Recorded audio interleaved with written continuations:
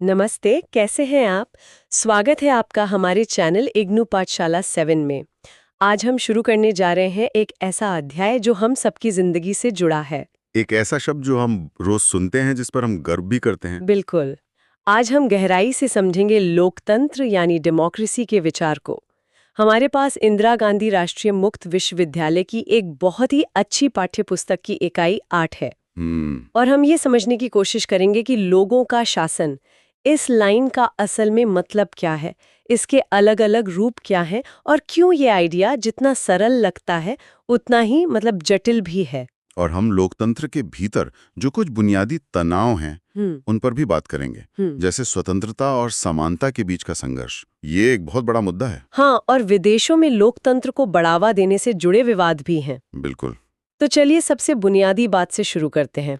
Democracy शब्द हम सब जानते हैं, ग्रीक शब्द डेमोक्रेटिया से आया है। हाँ, डेमोस यानी लोग और क्रेटोस यानी शासन। लोगों का शासन सुनने में तो बिल्कुल साफ लगता है, लेकिन स्रोत कहता है कि ये एक विवादित अवधारणा है। अब इसका क्या मतलब है? विवाद क्यों है इस पे? देखिए, विवाद इस बात पर नहीं है कि शासन लोगों का होना चाहिए।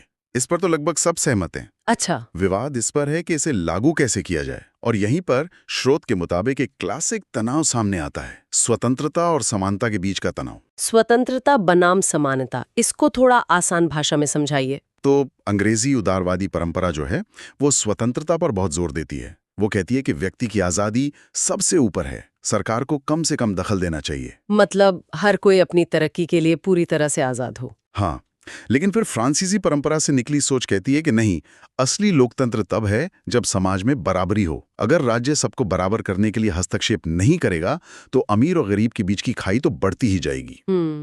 ये तो एक मौलिक चुनौती लगती है। और हर लोकतंत्र आज भी इसी दुविधा से जूझ रहा है कि इन दोनों के बीच सही संतुलन कैसे बनाया जाए। और ये जो लोकतंत्र का विचार है, स्रोत बताता है कि ये समय के साथ कितना बदला है। हम सब प्राचीन ग्रीस का मॉडल पढ़ते हैं। हाँ, एथेंस का। पर वो आज के हिसाब से तो बहुत ही और लोकतांत्रिक था। उसमें महिलाओं को, दासों को और विदेशियों को तो गिना ही नहीं जाता था। बिल्कुल, वो एक बहुत ही छोटा खास लोगों का क्लब था। और मजे की बात यह है कि जिन देशों को आज हम लोकतंत्र का चैंपियन मानते हैं, उन्होंने भी अपने सभी नागरिकों को अधिकार देने में सदियां लगा दी। जैसे स्रोत बताता है कि फ्रांस, जहां स्वतंत्रता, समानता, बंधुत्व की क्रांति हुई, हाँ, वहां महिलाओं को वोट देने का अधिकार मिला 1944 में। 1944 में। जी।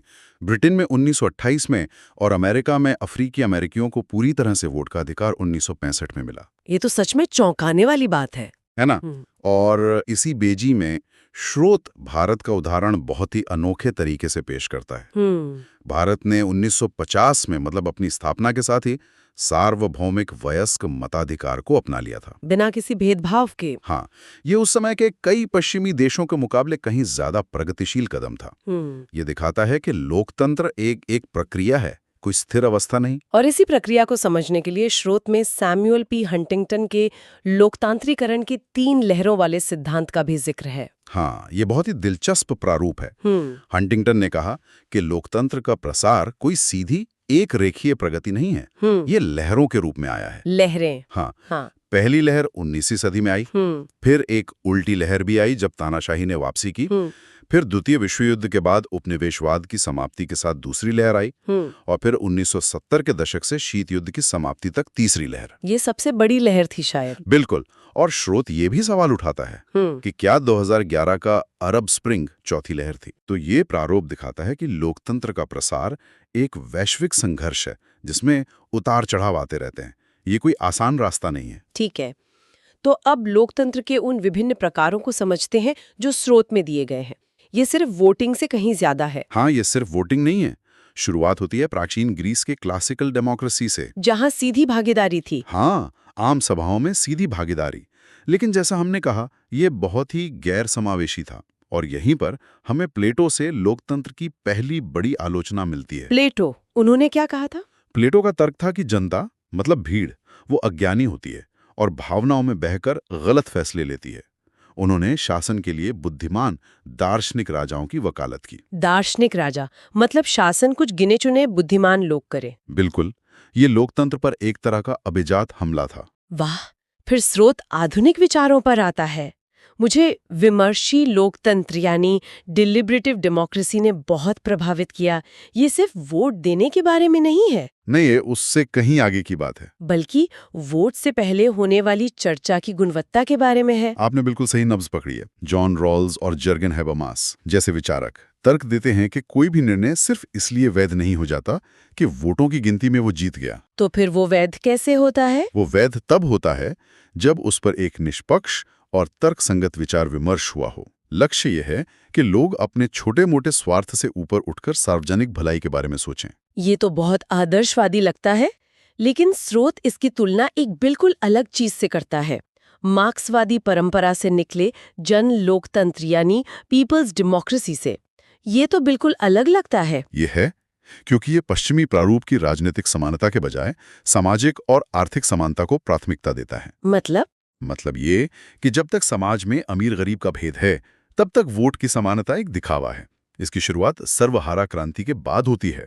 लेकिन स्रोत लेनिन द्वारा किए गए एक महत्वपूर्ण बदलाव की ओर भी इशारा करता है। हाँ, और ये बहुत महत्वपूर्ण है। लेनिन ने सर्वहारा वर्ग के अग्रदूत के रूप में कम्युनिस्ट पार्टी की भूमिका को प्रस्तुत किया। अग्रदूत मतलब पार्टी ही सर्वहारा वर्ग का मार्गदर्शन करेगी, और यहीं से सारी शक्ति पार्टी के हाथ में आ गई, जिससे जवाबदेही पर बड़े सवाल खड़े हो गए। और सामाजिक लोकतंत्र या सोशल डेमोक्रेसी, क्या ये एक तरह का मध्य मार्ग लगता है? कुछ हद तक हाँ। यह एक समाजवादी समाज का लक्ष्य तो रखता है, लेकिन इसे हिंसक क्रांति के बजाय लोकतांत्रिक तरीकों और राज्य के विनियमन के माध्यम से प्राप्त करना चाहता है।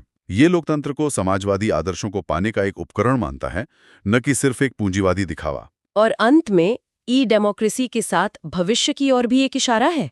यानी लोकतंत्र की जो क्लासिक समस्याएं हैं, जैसे बड़े पैमाने पर सबकी भागीदारी कैसे हो, समय की कमी, इन सब को हल करने के लिए प्रौद्योगिकी का उपयोग करना। तो ये सहभागी लोकतंत्र पर एक आधुनिक नजरिया है। बिल्कुल ठीक है, तो पाठ का अंतिम भाग उस चीज पर चर्चा करता है जो हम अक्सर समाचारों में देखते हैं, कुछ देशों द्वारा विदेशों में लोकतंत्र को बढ़ावा देना। हाँ, एक विदेश नीति उपकरण के रूप में। और इसका मूल विचार डेमोक्रेटिक पीस थियरी है। हाँ, ये सिद्धांत कि लोकतंत्र एक दूसरे के साथ युद्ध नहीं लड़ते। ये विचार इमैनुअल कांट जैसे विचारकों से आया है, और ये अमेरिका और यूरोपीय देशों की विदेश नीति का एक प्रमुख औचित्य रहा है, खासकर शीत युद्ध के बाद। फ्रांसिस फुकुयामा ने तो प्रसिद्ध रूप से इतिहास के अंत की घोषणा भी कर दी थी। हाँ, उन्होंने कहा था कि उदार लोकतंत्र जीत गया है और ये सरकार का अंतिम रूप है। लेकिन स्रोत इस बात की काफी आलोचना करता है कि ये प्रचार व्यवहार में कैसे काम करता है। ये कई महत्वपूर्ण समस्याएं उठाता है। पहली, सैन्य हस्तक्षेप के माध्यम से थोपे गए लोकतंत्र का विचार, जैसा कि हमने इराक और अफगानिस्तान में देखा। आप चुनाव तो करवा सकते हैं, लेकिन वास्तविक स्थायी संस्थानों का निर्माण करने में अक्सर विफल रहते हैं। वो संस्कृति बाहर से नहीं आ सकती। और ये तो लोकतंत्र के मूल विचार यानी आत्मनिर्णय का भी खंडन करता हुआ लगता है। बिल्कुल, यही तो सबसे बड़ा विरोधाभास है। अगर बाहरी लोग किसी देश की सरकार का स्वरूप तय कर रहे हैं, तो क्या ये वास्तव में लोकतांत्रिक है? सही बात है। स्रोत वैकल्पिक प्रारूपों से मिलने वाली चुनौती का भी उल्लेख करता है, जैसे चीन का सत्तावादी विकास और विदेशों में लोकतंत्र को बढ़ावा देने का पाखंड भी। हाँ, पाखंड। जबकि संयुक्त राष्ट्र सुरक्षा परिषद जैसे अंतर्राष्ट्रीय निकाय खुद P5 देशों यानी अमेरिका, रूस, ब्रिटेन, फ्रांस और चीन के प्रभुत्व में है। उनके पास वीटो पावर है। तो इन सब का क्या मतलब निकलता है? हमने प्राचीन ग्रीक शहर राज्य से लेकर डिजिटल युग तक का सफर तय किया, मार्क्सवादी आलोचनाओं से लेकर विदेश नीति के एक उपकरण के रूप में लोकतंत्र तक को देखा। स्रोत लोकतंत्र की एक ऐसी तस्वीर पेश करता है जो एक तैयार उत्पाद नहीं, बल्कि एक गहरा, जटिल और लगातार विकसित होने वाला विचार है जो आंतरिक तनावों से भरा है। और यहाँ आकर्षक बात यह है कि लोकतंत्र का हर संस्करण एक ही मौलिक समस्या को हल करने की कोशिश कर रहा है। लोगों का एक समूह खुद पर वैध रूप से शासन कैसे कर सकता है। लेकिन हर समाधान अपने आप में नए सवाल और चुनौतियां पैदा करता है। बिल्कुल। स्वतंत्रता को प्राथमिकता दें तो समानता खतरे में पड़ जाती है, समानता पर जोर दें तो स्वतंत्रता बाधित हो सकती है। ये एक सतत संतुलन साधने की प्रक्रिया है। और स्रोत इस बात पर सवाल उठाकर समाप्त होता है कि शक्तिशाली राष्ट्र लोकतंत्र को बढ़ावा देते हैं, जबकि उनके अपने अंतर्राष्ट्रीय संस्थानों में लोकतांत्रिक प्रतिनिधित्व की कमी है। ये सोचने पर मजबूर करता है, क्या एक सच्ची वैश्विक लोकतांत्रिक भावना तब उभर सकती है जब प्रमुख वैश्विक शासी निकाय स्वयं अलोकतांत्रिक माने जाते हैं? ये एक बहुत ही जरूरी सवाल है। अगर आपको ये वीडियो पसंद आया तो हमारे चैनल IGNO पाठशाला 7 को सब्सक्राइब करें, लाइक करें, शेयर करें अपने दोस्तों के साथ। नमस्कार, आपका दिन शुभ हो।